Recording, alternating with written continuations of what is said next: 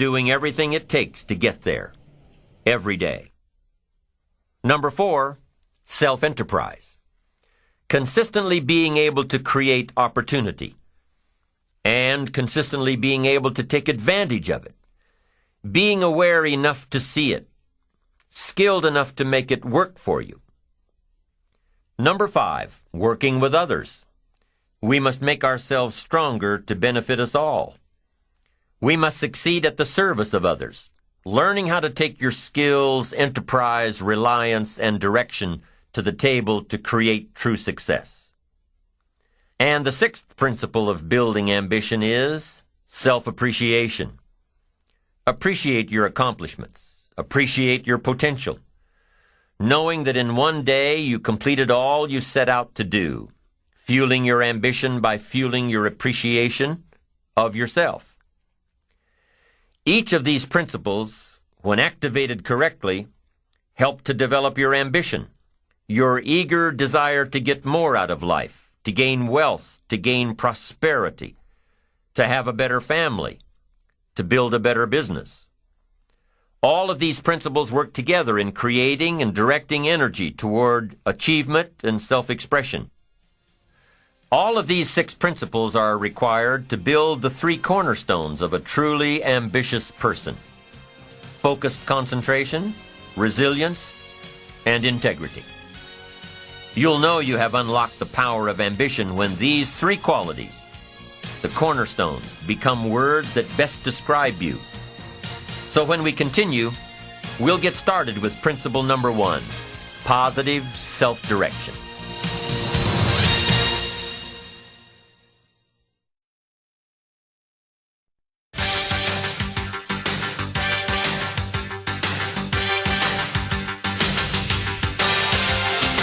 In the last session, we discovered that ambition is the fuel of achievement. That achievement is truly self-expression in its strongest and clearest form. So if achievement is based on self-expression, then it only makes sense that there is one true place to find ambition: inside yourself. In every thought, in every movement, in every motivation. Self-expression. Isn't self-expression really self-direction? How you think, how you move, how you motivate yourself? It is. And ambition is a result of self-direction, one of the 6 principles for building ambition. Positive self-direction says, I know who I am and I know where I want to go. I am accumulating knowledge and experiences and feelings and philosophies that will help prepare me for opportunities that I know will show up without notice. Positive self-direction. You know who you are and where you want to go. You've already spent a great deal of time thinking about it. You've been working on the parts of your personality that will make you better. Working on your attitude. Working on your health. Working on your time management skills. Putting it all down on paper. And you constantly see yourself in the place that you want to be. As you talk with yourself every day, how often do you ask, is what I am doing today getting me closer to where I want to be tomorrow? Am I making the daily adjustments necessary? Am I doing all that it takes? Will I keep on doing it until? Direction determines destination. Here's a question you need to ask yourself. Are all of the disciplines that I'm currently engaged in taking me where I want to go? Are all of the disciplines I am presently engaged in taking me where I want to go? What an important question at the beginning of the month, at the beginning of the week, at the beginning of the day. Because here's what you don't want to ever do: kid yourself. You know, kid your neighbor and kid me and kid the marketplace if you want to, but gosh, you can't kid yourself. With your fingers crossed hoping you'll arrive at a good destination when you're not even headed that way. You say, well, maybe the wind will take me. Well, there's a chance. But you've got to take charge. You've got to ask yourself often, am I? Am I doing the disciplines that are taking me in the direction that I want to go? I don't want to be faked out here and think I'm on the way to financial success when there's not a prayer, not a hope. I don't want to be faked out hoping that there's someone else who's going to take care of it. Take care of me. They're not going to take care of it. They're not going to take care of me. What if all of your negative relatives turn positive? What'll that do for your fortune and your future? Not much. If prices come down a little, what'll that do for your fortune and your future and your sophistication and your culture? What'll that do? Not much. If the economy gets a little better, what'll that do? Answer, not much. If you don't make plans of your own, you'll fit into someone else's plans. And guess what they have planned for you? You're right. Not much. Most people wake up every morning counting on this not much list. And that's why what they have is not much. Not much hope, not much promise, not much progress. They're driving what they don't want to drive, living where they don't want to live, doing what they don't want to do. Forget the thief waiting in the alley to snatch your purse. What about the thief in your mind? Lazy, not stimulated by thoughts and questions. Don't become a victim of yourself.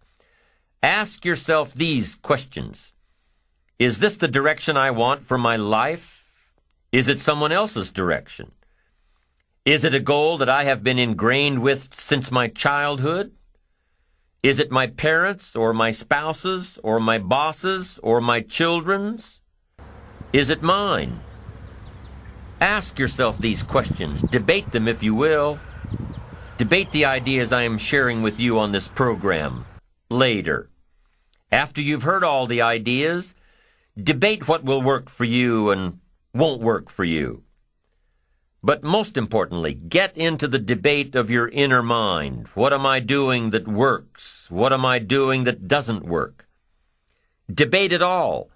Work with your mind to figure out the best possible direction for you. Your self-direction. Your self-direction.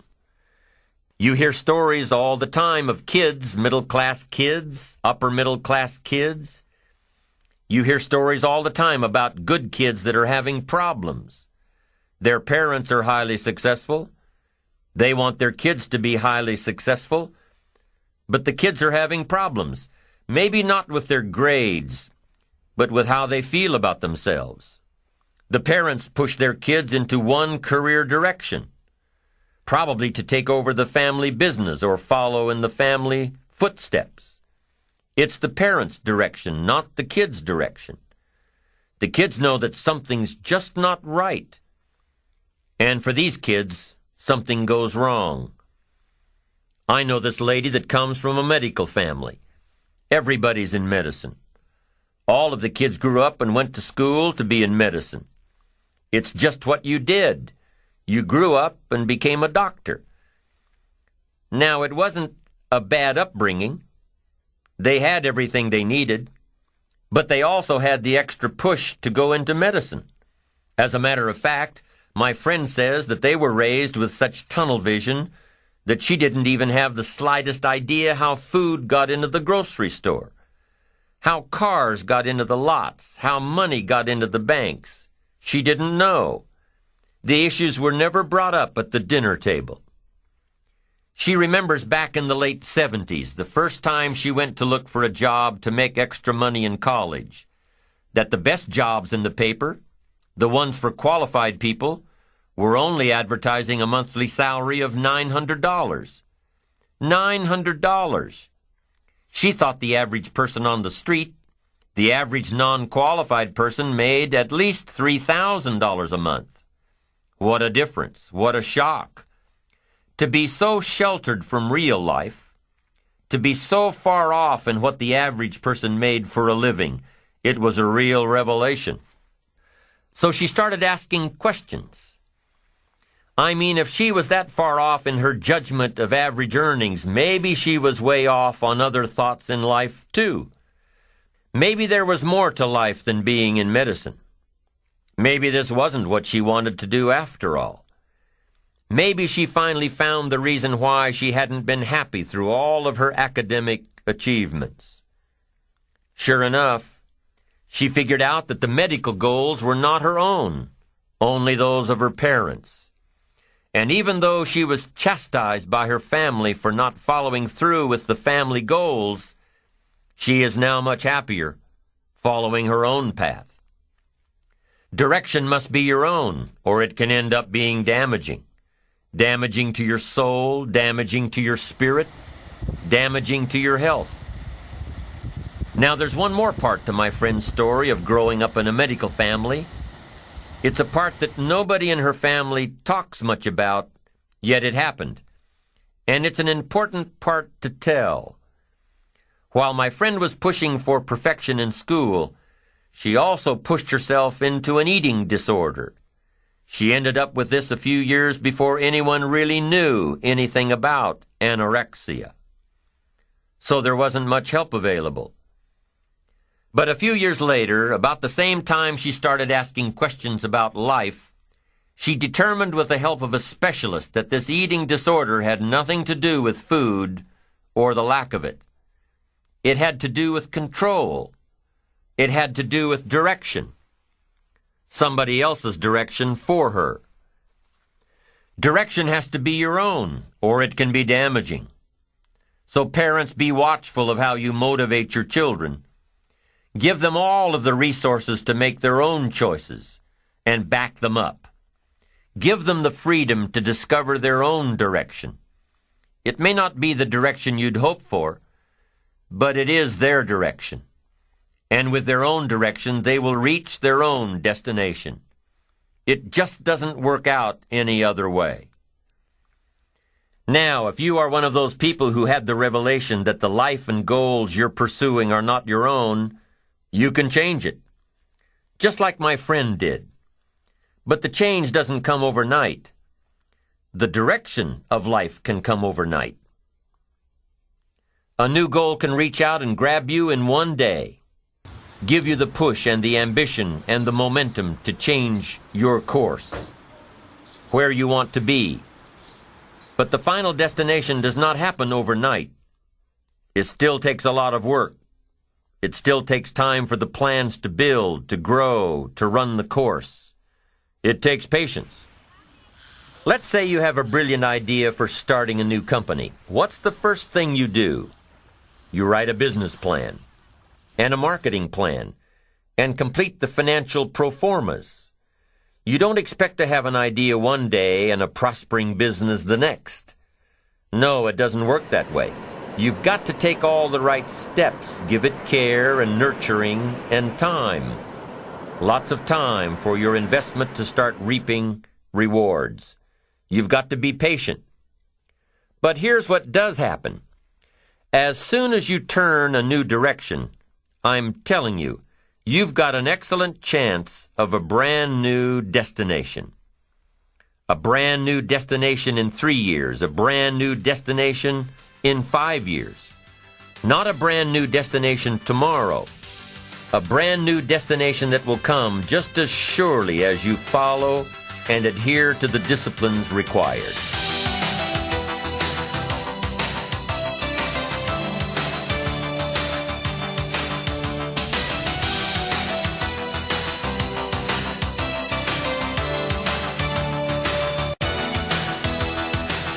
Now, there are 2 parts to self-direction, positive self-direction. Part 1, self-knowledge.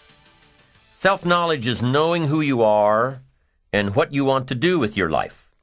Self-knowledge is knowing how you feel about yourself. Self-knowledge has a lot to do with your philosophy, and your philosophy has a lot to do with shaping your attitude. How you feel about yourself, how you feel about life, how you feel about your direction, how you feel about others around you. Your attitude. You've got to know. You've got to gather up enough knowledge and information to know what's right for you. How do you gather up information? Well, you can start with your own experiences. The best way to know if something works for you the right way is to do it the wrong way. Now, you can't keep doing it the wrong way. You've got to be smart enough to say, hey, this isn't working, and change it. Start doing it the right way. Then search for the knowledge and apply what's right for you in your life. Develop your own attitudes and philosophies around your own experiences and the experiences of others. Take all of the information you have gathered and compile it, consider it, debate it, tear it apart, turn it upside down. Look at it from your own perspective and refine it to suit you. Rearrange it. Throw some of it out. Keep what you think will work for you. And most importantly, make sure that what you end up doing is the product of your own conclusion. Make sure that the knowledge that you are building is your own self-knowledge. The first component of positive self-direction, self-knowledge. The second component of positive self-direction is self-preparation. Self-preparation, being ready for the opportunities when they show up in your life. Being ready for the sales call that may make you a fortune. Being ready for the meeting that may positively affect your career. Being ready for it all, in expectation that it will come. Now, for those of you who are parents, when you found out that a new member of the family was going to come along in 9 months or so, what did you do? You started getting ready. You started reading the books on how to best handle a baby. You started buying everything you needed to care for the baby. You started asking advice from friends and relatives who've already had a baby or two. You asked questions, defined your parenting style, got ready for a major change in how you live and the hours you keep, and the financial obligations you have to live up to. You started getting ready. Well, preparing for your own life is pretty much the same. Defining a goal, planning a goal, knowing that with enough planning and dedication and hard work, you'll meet your goal. You know that it will be tough for the first few years, but the sacrifice is well worth it. So in the meantime, you've got to be ready for it. If you wish to be ruler over many, you've got to be faithful with few. If you wish to have power and influence over many, be the leader of many, and get the return from many. Be faithful when there's just a few. Faithful meaning disciplined. Be disciplined when there are just a few. And in your own enlightened self-interest, that gives you the best chance to be the ruler, or to have power, or to have influence, or to have a place of honor among the many. Be faithful when there's just a few. Someone says, if I had a big organization, I'd really pour it on, but I've just got a few and I don't know where they are. Come on, when you've got just a few, you could know where all of them are. What if we interviewed parents who had a fairly large family who have all grown up and gone? What if we said to them, what happened to all of your children? What if they said, I don't know, they just all wandered off? And we asked, well, where did they all go? And they say, who knows, they're just all gone. We're just going to have some more. No. If you've got a few employees, if you've got a few distributors, if you've got a few people, that's the time to sharpen your communication skills of being in touch, getting prepared, giving the most of your heart and soul. That's the time when you just have a few.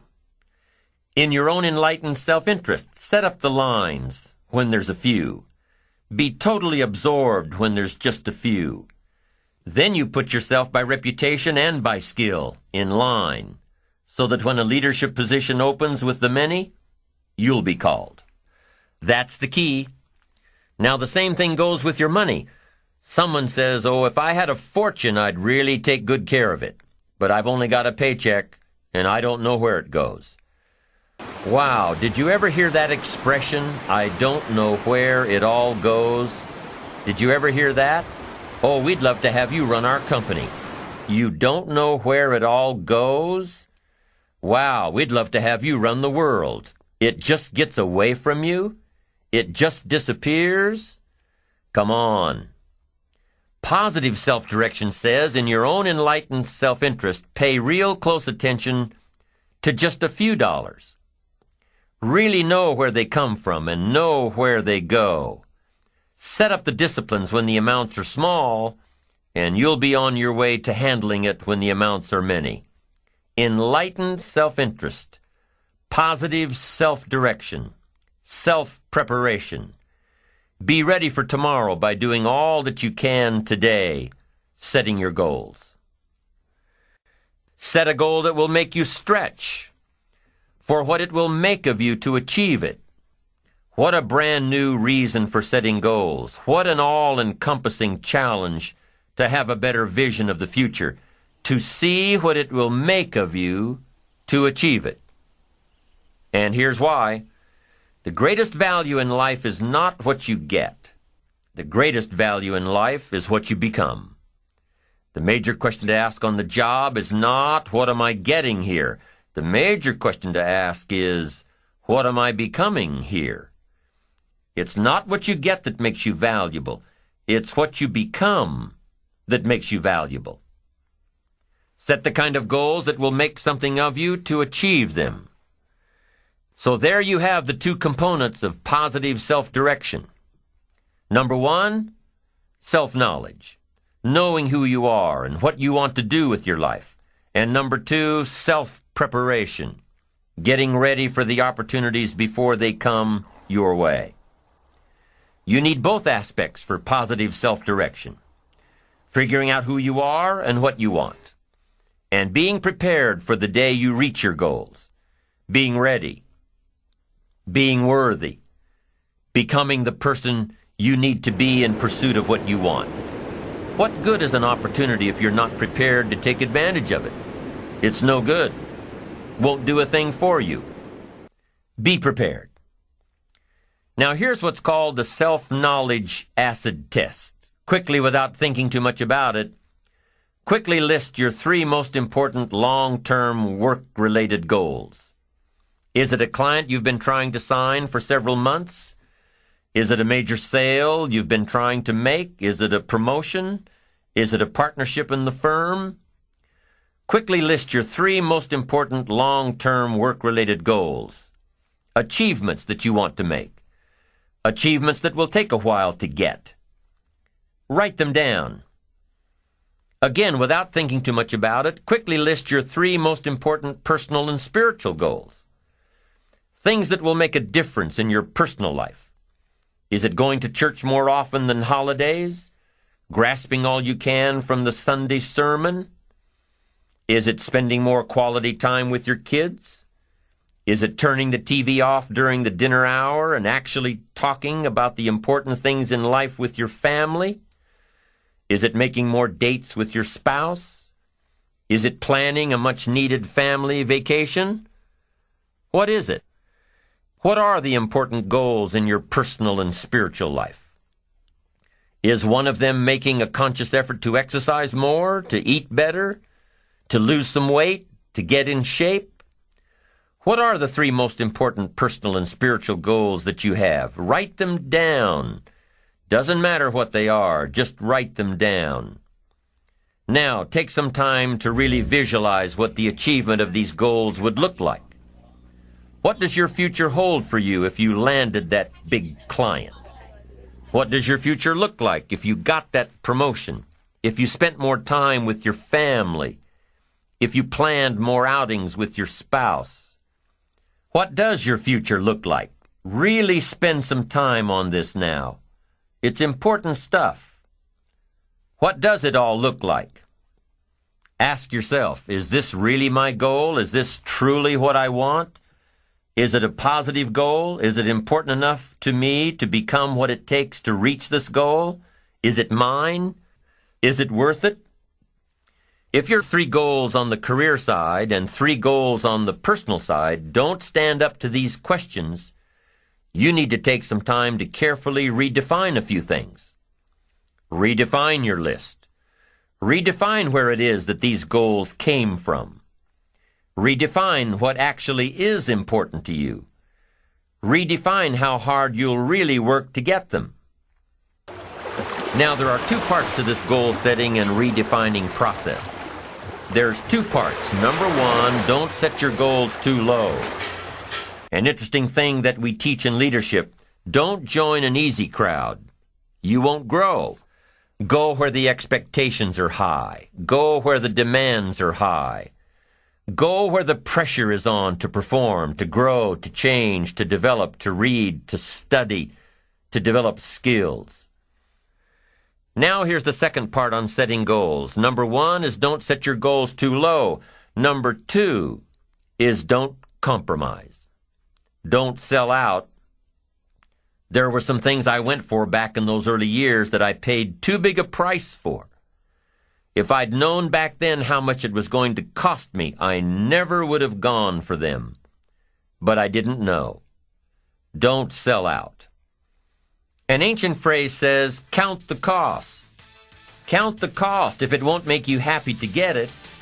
If you become less in your pursuit of getting it, if it's not worth the life you'll lead after you get it, it's not worth it.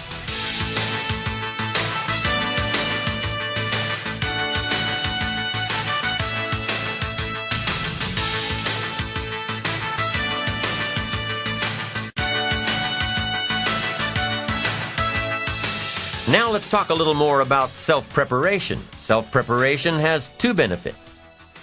The first benefit of self-preparation is that it moves you toward your goal. You've already got it in mind. You know where you want to go. You're getting ready for it. You're doing all the things you're supposed to do. And by getting ready to achieve your goals, you're moving closer to your goals. That's how it works. The second major benefit to self-preparation is that it refuels your ambition. Your activity refuels your ambition. The things that you are doing today are getting you ready for tomorrow. It's exciting. You know that you're getting closer every day. Ambition must be kept alive, be kept active, must continue to move forward. Otherwise, you're just daydreaming. You must keep active, keep moving forward so your ambition can fuel you, motivate you, get you where you want to be. Self-preparation. The benefits are, number 1, it moves you toward your goals, and number 2, it refuels your ambition. Be prepared. Get ready. This method of self-preparation involves 3 steps. Step 1. Carefully consider where the next opportunity for reaching your goal will originate. Where will it come from? Will it come from networking with your colleagues? Will it come from reading the last book that you bought? The book that's still sitting on your shelf waiting to give you some answers? Will it come from you taking the time to think it out? Where will it come from? The next opportunity that will push you forward. If you don't know, here's what you have to do. For each major goal of yours, the top priorities on your list, for each of these, take out a separate piece of paper, 1 single sheet per major goal. Write down your goal at the top and start listing all reasonable resources. Write down every possible place that you could find the opportunity to achieve this goal. And with each resource, classify them. Ask yourself, is this resource a sure thing?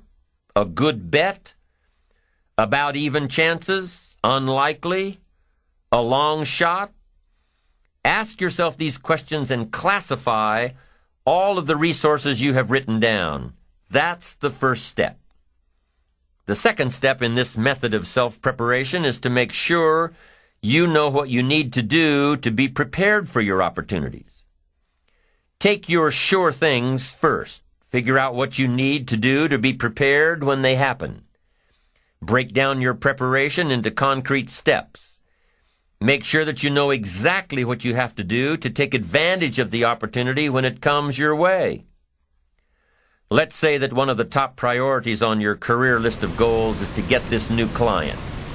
Let's take it one step further to say that on your resource list for this goal is to have a lunch meeting with a friend who just happens to be the mentor of the client you're going after. Is this friend of yours a sure bet on your resource list? Well, let's say he is.